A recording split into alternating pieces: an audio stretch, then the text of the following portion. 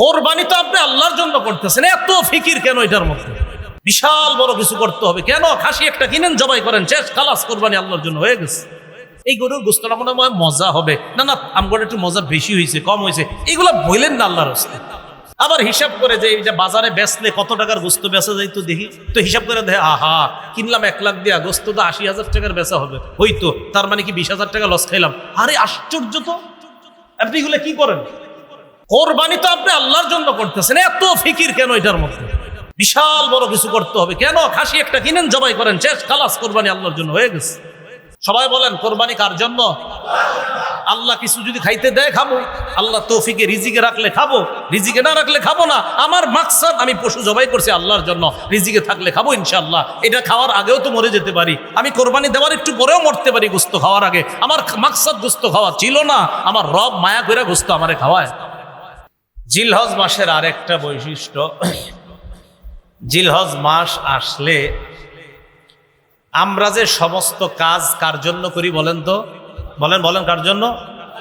এটা তো সব সময় করতে হবে, বাকি জিলহজ মাস আমাদেরকে এটা বেশি মনে করায় দেয়, শোনো তুমি সব আল্লাহর জন্য করবা, এটা জিলহজ আমাদেরকে মনে করায়। যেমন হাজি সাহেবরা ইনশাল্লাহ এবছর যারা হজ করবে, তো তারা কাবার সামনে দাঁড়াবে, দাঁড়িয়ে বলবে লাব্বাইক আল্লাহুম্মা লাব্বাইক লা শারীকা লাকা লাব্বাইক, লাব্বাইক আল্লাহ আমি হাজির, আল্লাহুম্মা হে আল্লাহ লাব্বাইকা লাকা লাব্বাইক, আপনার কোনো অংশীদারিত্ব নাই, আমি হাজির। ইন্নাল হামদা সমস্ত প্রশংসা, ওয়ান নি'মাতা সমস্ত নেয়ামত, লাকা আপনার, ওয়াল মুলকা সমস্ত রাজত্ব আপনার, লা শারীকা লাকা লাব্বাইক আল্লাহ আপনার কোনো অংশীদারিত্ব নাই, আপনার সাথে কোনো শরীক নাই, আমি আল্লাহ হাজির আছি এখানে। হাজি সাহেব জিলহজ মাসে আল্লাহর কাছে টাকা পয়সা জান মাল সব খরচ করে গিয়ে আল্লাহর কাছে বলতে, আল্লাহর কাছে এটা বলে 4 দিন পর 3 দিন পর্যন্ত আপনার কি পরিমাণ মেহনত করে দেখেন, এইভাবে আগে পরে এদিকে সেখানে এখানে মেহনত করতে করতে শুধু বুঝায় কোথায় শরীরে আপনার ময়লা লাগতেছে, বালু লাগতেছে, পা গরমে কি পরিমাণ গরমের মধ্যে হাঁটতেছে, কিন্তু হাজি বুঝাইতেছে আমার এই হাঁটা, আমার এই ওঠা, আমার এই বসা, কাবার সামনে আমার উপস্থিত হওয়া, আরাফায় যাওয়া, মুজদালিফায় যাওয়া, মিনায় যাওয়া, মাবুদ আমি সব তোমার জন্য করতেছি। কিন্তু আপনি যদি এমনি চিন্তা করেন, আচ্ছা আরাফায় গিয়ে কি করে, কয় উকুফ, সেখানে অবস্থান করে, তো অবস্থান কি? অবস্থান কি মানে আমার রব বলছে এটা, বাস এটা করতে হবে, বাস এটাই তো রবের জন্য করা। মুজদালিফায় কি, যে সেখানেও যেতে হবে, এরকম কিছু নিয়ম কানুন পালন করতেও কি না, এটা রবের হুকুম, সেখানে যাব আমরা, গিয়ে এই কাজগুলা করব, এটাই তো রবের জন্য যে বান্দা সব করে।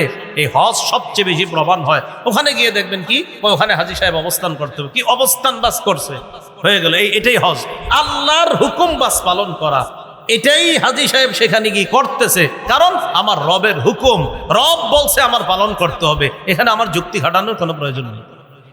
হুকুম কার? আল্লাহর, বাস। তো জিলহজ মাসে আমি যে সব আল্লাহর জন্য করি এটা মনে করায় দেয়। সূরা আলী ইমরানের 97 নম্বর আয়াতে আল্লাহ বলেন, ওয়ালিল্লাহি আলান নাসি হিজ্জুল বাইতি মান ইসতাতা ইলাইহি সাবিলা,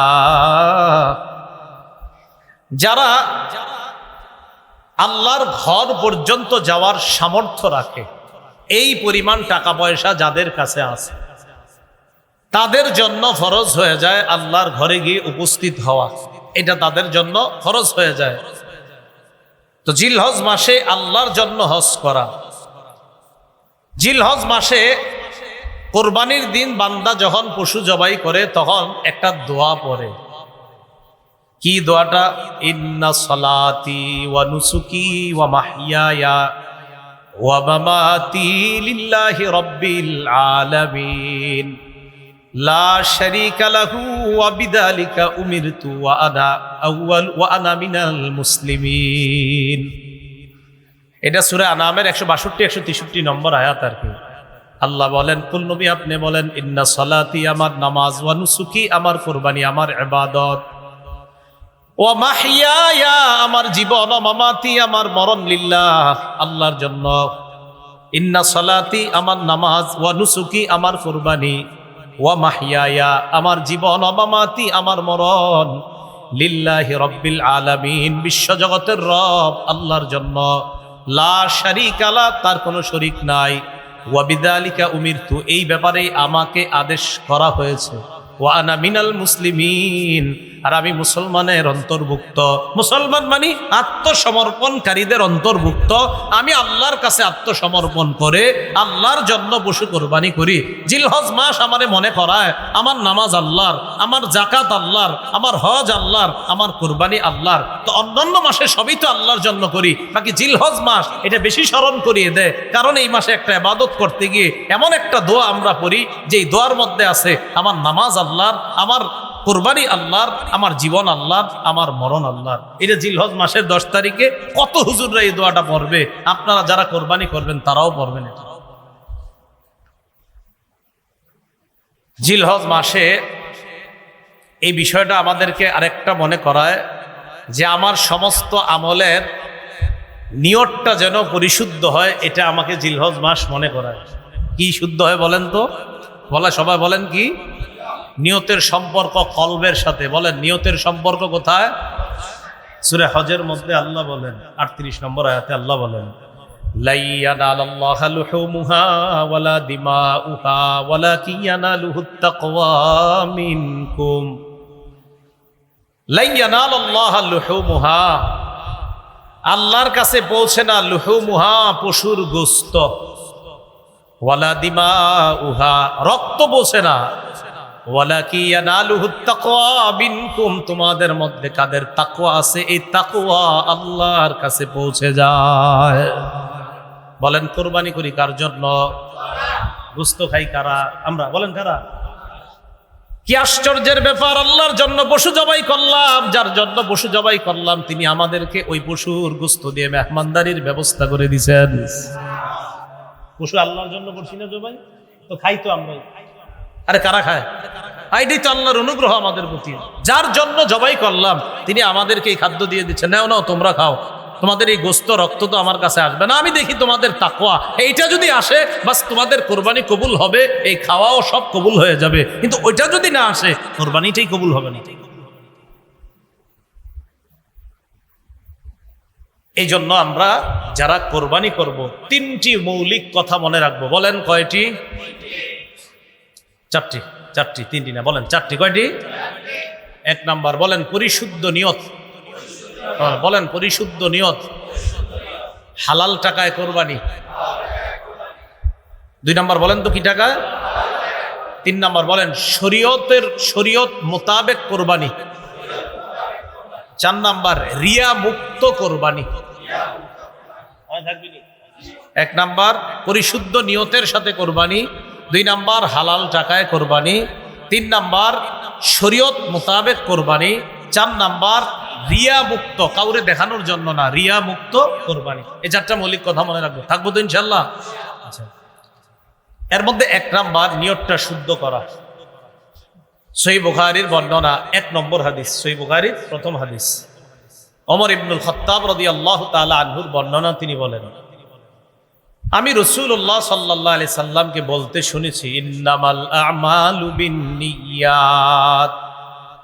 রাসূলুল্লাহ সাল্লাল্লাহু আলাইহি সাল্লাম বলেন, সমস্ত কাজের প্রতিদান নির্ভর করে নিয়তের উপর। বলেন তো সমস্ত কাজের আমলের প্রতিদান নির্ভর করে কিসের উপর? নিয়তের উপর। আমার আমলটা শুদ্ধ হবে কিনা, আমি এই আমল কইরা সওয়াব পামু কিনা, এটা নির্ভর করবে আমার নিয়তটা শুদ্ধ কিনা। যদি নিয়ত শুদ্ধ হয় আমলের সওয়াব আমি পেয়ে যাব। এখন আমি যে আপনাদের সামনে কথা বলতেছি, এই যে কথা বলতেছি, ইব্রাহিম নবী, ইসমাইল নবী, এটা কি কথা? বলেন কথা না কাজ? আমি যে বলতেছি এটা কথা না কাজ? বলেন সবাই, আবার বলেন কথা। বলেন এটা কি? হ্যাঁ, এই কথাটাও অঙ্গের কর্ম। বলেন এই কথাও অঙ্গের। আরেকটু ভালো করে বলেন কথা বলা। বলেন কথা বলা মুখ নামক অঙ্গের কর্ম।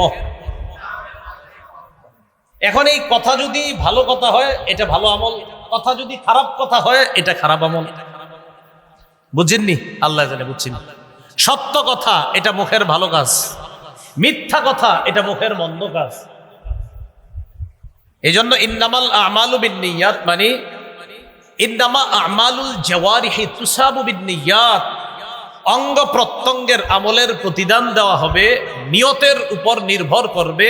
অঙ্গ প্রত্যঙ্গের আমলের প্রতিদান দেওয়া হবে। হাত একটা অঙ্গ, পা একটা অঙ্গ, কান একটা অঙ্গ, নাক একটা অঙ্গ, মুখ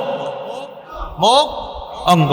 এই মুখ দিয়া যা করব এটাও আমল, মুখ দিয়ে যা করব এটাও আমল। হ্যাঁ, আমি মুখ দিয়ে বলছি এটা কথা, এটা মুখের, এই যে মুখ দিয়ে বলছি এটা আমার কথা, তবে এই কথাটা মুখের একটা কাজ। কি মুখ কি করছে এখন? মুখ এখন কথা বলছে। এই মুখের কথা যদি ভালো হয় এটা ভালো আমল, মুখের কথা যদি খারাপ হয় এটা খারাপ আমল।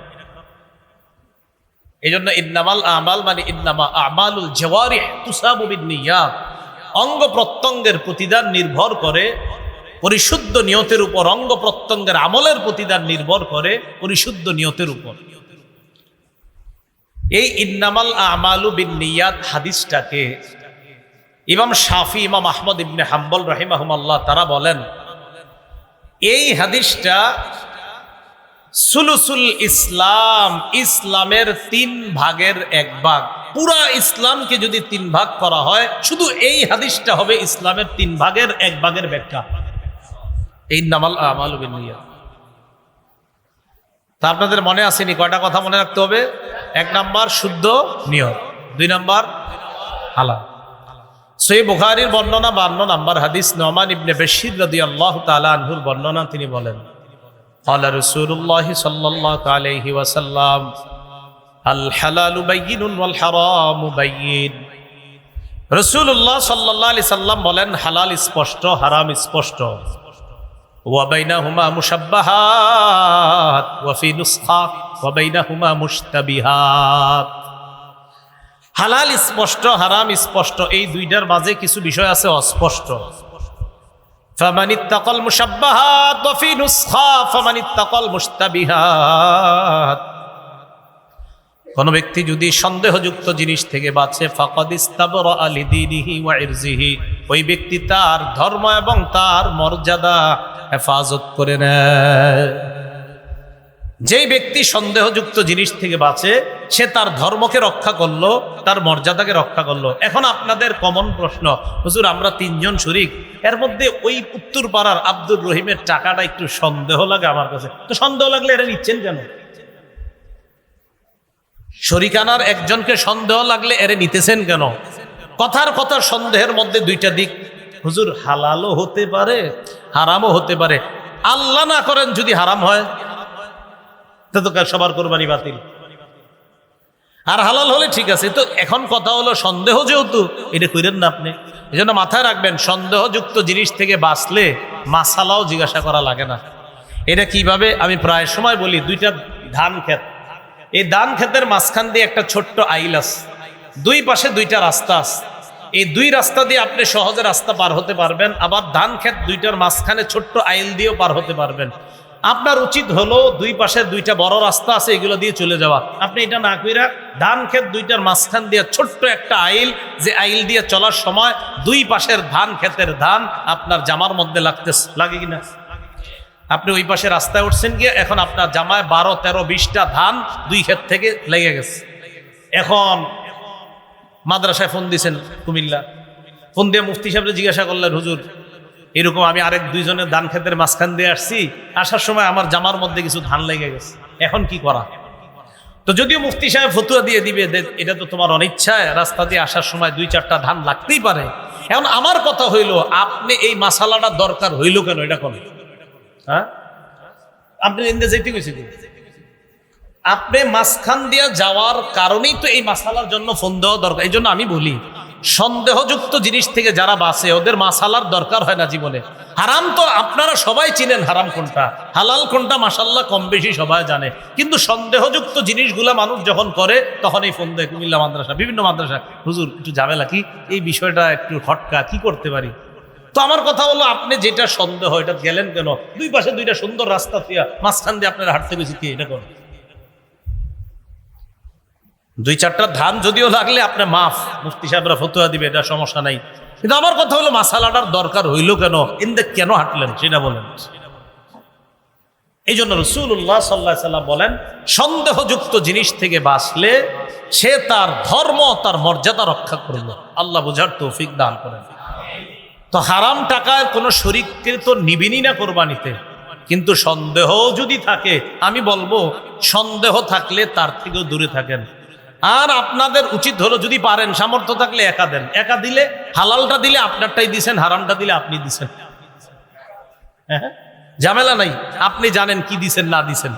শরিকানা যখন নিবেন, নিলে বুঝে শুনে। এই জন্য আপন 3 ভাই, আপন 4 ভাই, আপন 2 ভাই দিলে এটা খুব ভালো। কারণ আপন 3 ভাই যখন একসাথে দেয় কোরবানি, 3 ভাই জানে আমরা 3 ভাই কি কামাই করি না করি, তখন তাদের মাঝে এই সন্দেহগুলা কাজ করে কম, হারামের বিষয়টা, এই ঝামেলাটা কম আসে। কিন্তু যখনই আপনি অন্য কাউকে নিতে যাবেন, তখন এলাকার 5-6 জন বলবে, কিরে কারে নিলি কোরবানিতে, কেন জানোস না ওর সমস্যা আছে? এই তো আপনার ভিতরে শুরু হয়ে গেল ঝামেলা, হয় কিনা বলেন বিষয়গুলা? তো এই জন্য সন্দেহ যেখানে আছে, এখান থেকে আমরা বেঁচে থাকবো। আল্লাহ কথাগুলা বুঝার তৌফিক দান করে। তাহলে আসেন, 1 নাম্বার নিয়ত শুদ্ধ, 2 নাম্বার হালাল সম্পদ দিয়ে কোরবানি দেওয়া, 3 নাম্বার শরীয়ত মোতাবেক কোরবানি কিভাবে জবাই করব, পশুটা কিভাবে জবাই করব না করব। পশু যখন জবাই করব, আমরা কোন রগটা পর্যন্ত কাটতেই হবে, যেটা না কাটার আগ পর্যন্ত পশুটার ওখানে ছুরি লাগায় আপনি চলে গেলেন, কসাই পরে জবাই করলো, এই বিষয়গুলা খুব ভালোভাবে। এই জন্য আলেম যখন কোরবানি করে, অনেক কসাইরা আপনারা থাকেন, আপনারা কি করেন, যে হুজুর একটা পুষ দিয়ে চলে যান। না, উনি পুষ দিয়ে চলে যান মানে একটা রগ আছে, যেই রগটার মধ্যে ওইটা লাগতে হবে, লাগার পর এরপরে ওইটার জীবন যায়, জান যায়। ওই রগ পর্যন্ত অন্তত কাটতে দেন, এর আগ পর্যন্ত আপনি তাকে সরাই দিয়েন না। আমি কিন্তু জবাই করি না, আমার বলতেছি না, যারা করে জবাই করা উচিত। অনেক আগে 10-12 বছর আগে 1টা বা 2টা পশু জবাই করছিলাম, জবাই করার সুযোগ হয় না বা কোনো কারণে করি না। এখন যাই হোক, এই যে এই কাজটা আপনারা যারা জবাই করবেন, ওলামায়ে কেরাম বা ছাত্র যারা জবাই করবেন, খুব এই জবাইয়ের সময় যেই রগটা আপনার, যেই রগটা অন্তত কাটতেই হবে, যেই রগটা কাটলে তার জানটা যায়, ওই রগ পর্যন্ত আপনি চাকুটা চালাবেন। এরপর আপনি ঠিক আছে, ওরা দেখবেন মাঝখানে এইভাবে একটা আঘাত করে কসাইরা, এই কাজটা করতে দিবেন না। গরুর এই জায়গায় মাঝে একটা এইভাবে দেয়, এটা করতে দিবেন না। তো যাই হোক, শরীয়ত মোতাবেক করা, কোনো বেদাত যেন আমার কোরবানির মধ্যে প্রবেশ না করে, কোনো বেদাত যেন প্রবেশ না করে। এটা কেমন? গরু আপনি কোরবানির জন্য কিনলেন, কেনার পর কোরবানি দেওয়ার আগ পর্যন্ত এমন এমন কিছু কাজ করে এলাকার মানুষ, এটা আর কোরবানির যোগ্যই থাকে না। কি করে না করে, মানে কত রসুম পালন করে, সব জায়গায় না, কিছু কিছু জায়গায় অনেক রসুম পালন করে। এই রসুমগুলা পালন করেন না। সহিহ বুখারীর বর্ণনা 2697 নম্বর হাদিস, আম্মাজান আয়েশা সিদ্দিকা রাদিয়াল্লাহু তাআলা আনহার বর্ণনা। আম্মাজান আয়েশা সিদ্দিকা রাদিয়াল্লাহু তাআলা আনহা তিনি বর্ণনা করেন, ক্বালা রাসূলুল্লাহ সাল্লাল্লাহু আলাইহি ওয়াসাল্লাম, আয়েশা সিদ্দিকা রাদিয়াল্লাহু তাআলা আনহা বলেন, রাসূলুল্লাহ সাল্লাল্লাহু আলাইহি সাল্লাম বলেন, মান আহদাসা ফি আমরিনা হাদা মা লাইসা মিনহু ফাহুয়া রাদ্দুন। আমাদের ইসলাম ধর্মের মাঝে যদি ইবাদতের নামে সওয়াবের আশায় নতুন কিছু কেউ অনুপ্রবেশ করায়, এবার আপনারা আমার সাথে বলেন, ইসলামের মধ্যে ইবাদতের নামে সওয়াবের আশায় নতুন কিছু করা বেদাত। মনে থাকবে নি? ইসলামের মধ্যে ইবাদতের নামে সওয়াবের আশায় নতুন কোনো কিছু আবিষ্কার করা, আবির্ভাব করা বেদাত। এটা কি বলেন? বেদাত। কত ধরনের পদ্ধতি আবিষ্কার হয়, আল্লাহ হেফাজত করেন। ইমাম মালিক রাহমাতুল্লাহি আলাইহি বলেন, মান ইবতাদা ফিল ইসলামি বিদআতান ইয়ারাহা হাসানাহ ফাকাদ জামা আন্না মুহাম্মাদান ক্বাদ খানা রিসালা। ইমাম মালিক বলেন, কোন ব্যক্তি যদি ইসলামের মধ্যে নতুন কিছু আবিষ্কার করে আর সে যদি এটাকে অনেক উত্তম মনে করে, কেমন যেন সে মুহাম্মদ সাল্লাল্লাহু আলাইহি সাল্লামের দায়িত্বকে খেয়ানত করে গিয়েছে, এই দাবি ওই ব্যক্তি করতেছে। আবার বলছি, কেউ ইসলামের মধ্যে নতুন কিছু ঘটাইছে, ঘটানোর পর এটাই উত্তম মনে করতেছে, হ্যাঁ এটাই সুন্দর, সে কেমন যেন এই দাবি করতেছে, আন্না মুহাম্মাদান ক্বাদ খানা রিসালা, মুহাম্মদ সাল্লাল্লাহু আলাইহি সাল্লাম দায়িত্ব পালনে খেয়ানত করেছে। বলেন নাউজুবিল্লাহ। কেন? কারণ উনি নতুন করে কিছু বানানোর অর্থ হইলেই যে নবীজি পুরোপূর্ণ রেখে যাইতে পারে নাই, এই জন্য হজরতে নতুন একটা চালু করছে।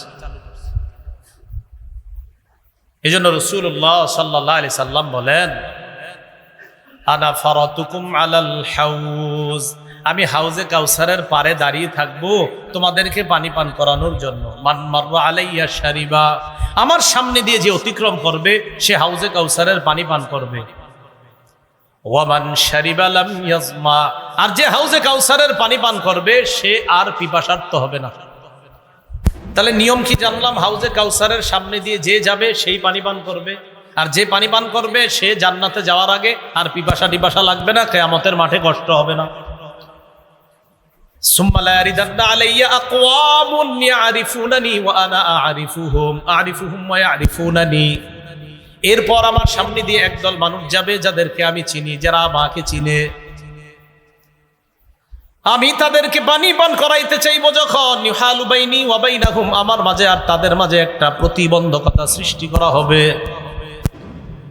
আমি বলবো, আল্লাহ ইন্নাহুম মিন উম্মতি, তারা তো আমার উম্মত, আমার উম্মত আর আমার মাঝে কেন প্রতিবন্ধকতা সৃষ্টি করা হলো? তাদেরকে তো আমি পানি পান করাইতে চাই।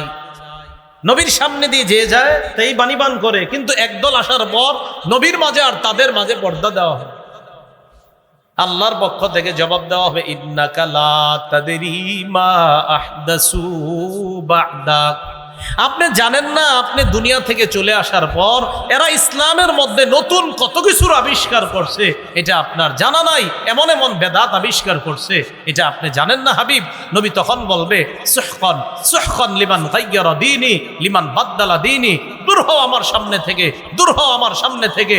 আমার শরীয়ত আমি রেখে আসলাম যে শরীয়ত, এই শরীয়ত যে পরিবর্তন করছে সে আমার সামনে থাকা দরকার নাই। পানি পান করানো তো দূরের কথা, রাসূল বলবে, দূর হও, কিসের পানি পান? মনে রাখবেন, বেদাতীদের সবচেয়ে বড় দলিল জাল, আর যত কিছু জাল বর্ণনা, সবচেয়ে বড় দলিল দেয় জাল বর্ণনা দিয়ে। কি বর্ণনা দিয়ে? যত জাল বর্ণনা আছে এইগুলারে দলিল হিসাবে পেশ করে বিভিন্ন রুসুমাত আবিষ্কার করে। আমি কিন্তু কোনো রুসুমাতের নাম বলি নাই, বলি নাই, কিন্তু খালি বলছি যে যারা বেদাত আবিষ্কার করে তাদের প্রধান দলিল থাকে জাল। কি দলিল থাকে? জাল। এখন দেখেন এই কথা ওই ব্যক্তি তার গায়ে নিবে যে জাল বর্ণনা করে, বুঝেন নাই? আমার এই কথাটা ওই ব্যক্তি তার গায়ে নিবে যে জাল বর্ণনা করে, আর যে জাল বর্ণনা করে না তিনি গায়ে নিবে না। তো দেখবেন আমি যে বক্তব্যটা দিলাম এই জায়গাটা, যে বেদাতি যারা নতুন বেদাত চালু করে এদের মূল দলিল হয় জাল বর্ণনা। এরা বলবে, হ্যাঁ সে কিভাবে বললো? আরে আমি কি আপনারে বলছি কেন? আপনি কি জাল বলেন? যদি কয় হ্যাঁ, তাহলে তো আপনাকেই বলছি। যদি বলেন না, তো আপনাকে বলি নেই। মাথায় রাখবেন। আমি বললাম জাল প্রধান দলিল হয়, বেদাতীদের প্রধান দলিল হয় যত জাল বর্ণনা। এবং আমি কিছু কিতাব বলে দিতে পারবো, এই কিতাবগুলো পড়ে পড়ে এই জাল বর্ণনাগুলো দেয়। এর মধ্যে একটা জাল বর্ণনার অনেকগুলা জাল বর্ণনা, একদম জাল বর্ণনায় ভরা জাল বর্ণনা এমন কিছু কিতাব আছে। এর মধ্যে একটা বড় কিতাব আছে নাম নি'মাতুল কুবরা, এত জাল বর্ণনা এটার মধ্যে। এখন বলতে পারেন, হ্যাঁ আপনি এটা বললেন, আপনি কি জাল বলেন? যদি বলেন হ্যাঁ, তো আপনারই বলছি। যদি বলেন না, তো আপনাকে বলি নেই। এটা আমার কথা সবসময় মনে রাখবেন, আমি কখনো কাউকে বলি না যে এটা আপনাকে। আমি বলি, বলার পর সেটা যদি আপনি করে থাকেন তো আপনি শুধরে যান, যদি না করে থাকেন সেটা তো আপনার জন্য এ ওয়াজ না। কি ঠিক বলেন? যেই কথাটা বলছি এটা ঠিক, ঠিক আছে না? কথাটা বুঝে ঠিক বলছেন? হ্যাঁ। তাহলে বেদাতের বড় দলিল হয় জাল। বেদাতের বড় দলিল হয় কি? যত জাল বর্ণনা আছে এগুলা দলিল হিসেবে দাঁড় করাবে, এরপরে বলবে। আল্লাহ আমাদেরকে হেফাজত করেন। কোরবানির ক্ষেত্রে মৌলিক 4 কথা, এর মধ্যে 1 নাম্বার নিয়ত শুদ্ধ, 2 নাম্বার, 3 নাম্বার মানে বেদাত মুক্ত ভাবে কোরবানি করা, 4 নাম্বার কি? রিয়া। কি রিয়া ছাড়া, মানে লোক দেখানো ছাড়া কোরবানি করা। আচ্ছা পুরাটা বলবেন, রিয়া কি? রিয়া ছাড়া করা। তিরমিজি শরীফের বর্ণনা 2382 নম্বর হাদিস, 2382 নম্বর হাদিস, উকবা ইবনে আমির থেকে বর্ণনা। তিনি বলেন, আন্না শুফাই আল আসবাহি দাখাল আল মাদিনা। বিখ্যাত তাবি শুফাই আল আসবাহি মদিনায় আসছে। ফাইদা হুয়া বিআবি হুরায়রা, হঠাৎ মদিনায় এসে দেখে আবু হুরায়রা রাদিয়াল্লাহু তাআলা, রাসূলের সাহাবী, তিনি হাদিস পড়াচ্ছেন। ইজতামা আলাইহিন নাস, মানুষ তাকে চারদিক থেকে ঘেরাও করে আসে। তিনি মানুষকে প্রশ্ন করলেন, এটা কে? ফাকালু আবু হুরায়রা, চিনো না এটা আবু হুরায়রা, রাসূলের সাহাবী। ইউহাদ্দিসুন নাস, তিনি মানুষকে হাদিস পড়াচ্ছেন। সুফাই আল আসবাহি রহমতুল্লাহ বলেন, ফাদানাউতু মিনহু, আমি তার কাছে গেলাম। তার কাছে গিয়ে কআদতু বাইনা ইয়াদাইহি, কাছাকাছি বসলাম। ফালাম্মা সাকাতা ওয়া খালা, হাদিস পড়ানো যখন শেষ করলেন এবং যখন তিনি একাকী হলেন, আমি তার কাছে গেলাম, গিয়ে বললাম, আপনার একটা কথা বলতে আসছি। আবু হুরায়রা রাদিয়াল্লাহু তাআলা আনহু বললেন, কি কথা বলো? তো বললেন, আনশুদুকা বিহাক্কিন ওয়া বিহাক্কিন লাম্মা হাদ্দাসতানি হাদিসান আর রাসূলিল্লাহি সাল্লাল্লাহু আলাইহি সাল্লাম, হাদিসান সামি'তাহু মির রাসূলিল্লাহি সাল্লাল্লাহু আলাইহি সাল্লাম, আকালতাহু ওয়া আলিমতাহু। আপনাকে আমি শপথ দিয়ে একটা কথা বলি, আপনি আমারে এমন একটা হাদিস শোনান যে হাদিসটা নবীর থেকে শুনছেন, বুঝছেন, জানছেন। কি সুন্দর কথা, যে হাদিসটা নিজে বুঝছেন, জানছেন, ভালোভাবে শুনছেন, এমন একটা হাদিস শোনান। আবু হুরায়রা রাদিয়াল্লাহু তাআলা আনহু বললেন, আফআলু, তুমি যেটা বলছো আমি এটা করছি, এখন দাঁড়াও।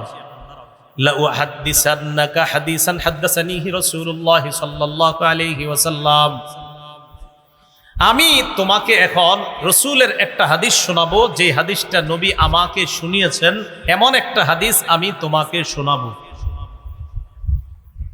এই কথা বইলে কি হয়েছে জানেন? সুম্মা নাশাগা আবু হুরায়রা তানাশাগা, আবু হুরায়রা রাদিয়াল্লাহু তাআলা এটা বইলে বেহুশ হয়ে গেছে। হাদিস বলছিনি, বলে নাই, বলছে শোনাবো, এটা বইলে বেহুশ হয়ে গেছে। ফালাম্মা আফাকা, ওনার যখন হুশ ফিরে আসছে, হুশ ফিরে আসার পর তখন তিনি আবার বললেন, আফআলু লা উহাদ্দিসান্নাকা হাদিসান হাদাসানিহি রাসূলুল্লাহ সাল্লাল্লাহু আলাইহি ওয়াসাল্লাম ফি হাযাল বাইত মা মা'না আহাদুন গায়রি ওয়া গায়রুহু, আমি তোমাকে এমন একটা হাদিস বলবো যে হাদিসটা নবী আমাকে এই ঘরে শুনিয়েছে, আমি আর নবী ছাড়া এই ঘরে তখন কেউ ছিল না, এমন একটা হাদিস আমারে বলছে, ওই হাদিসটা আমি এখন তোমাকে শোনাবো। তাহলে হাদিসটা গুরুত্বপূর্ণ। এটা বইলে আবার বেহুশ হয়ে গেছে। হাদিস শোনাইছিনি? শোনাইনি। ফালাম্মা আফাকা, আবার যখন হুশ ফিরে আসছে, ফাকালা আবু হুরায়রা রাদিয়াল্লাহু তাআলা আনহু, আবু হুরায়রা রাদিয়াল্লাহু তাআলা আনহু বললেন, লা উহাদ্দিসান্নাকা হাদিসান হাদাসানিহি রাসূলুল্লাহ সাল্লাল্লাহু আলাইহি ওয়াসাল্লাম আনা ওয়া হুয়া ফি হাযাল বাইত মা মা'না আহাদুন গায়রি ওয়া গায়রুহু, আমি তোমাকে এমন একটা হাদিস শোনাবো যে হাদিসটা আল্লাহ নবী আমাকে এই ঘরের মধ্যে বলছে, আমি আর নবী ছাড়া কেউ ছিল না। সুম্মা নাশাগা আবু হুরায়রা নাশগাতান উখরা, আবার বেহুশ হয়ে গেছে। কয়বার?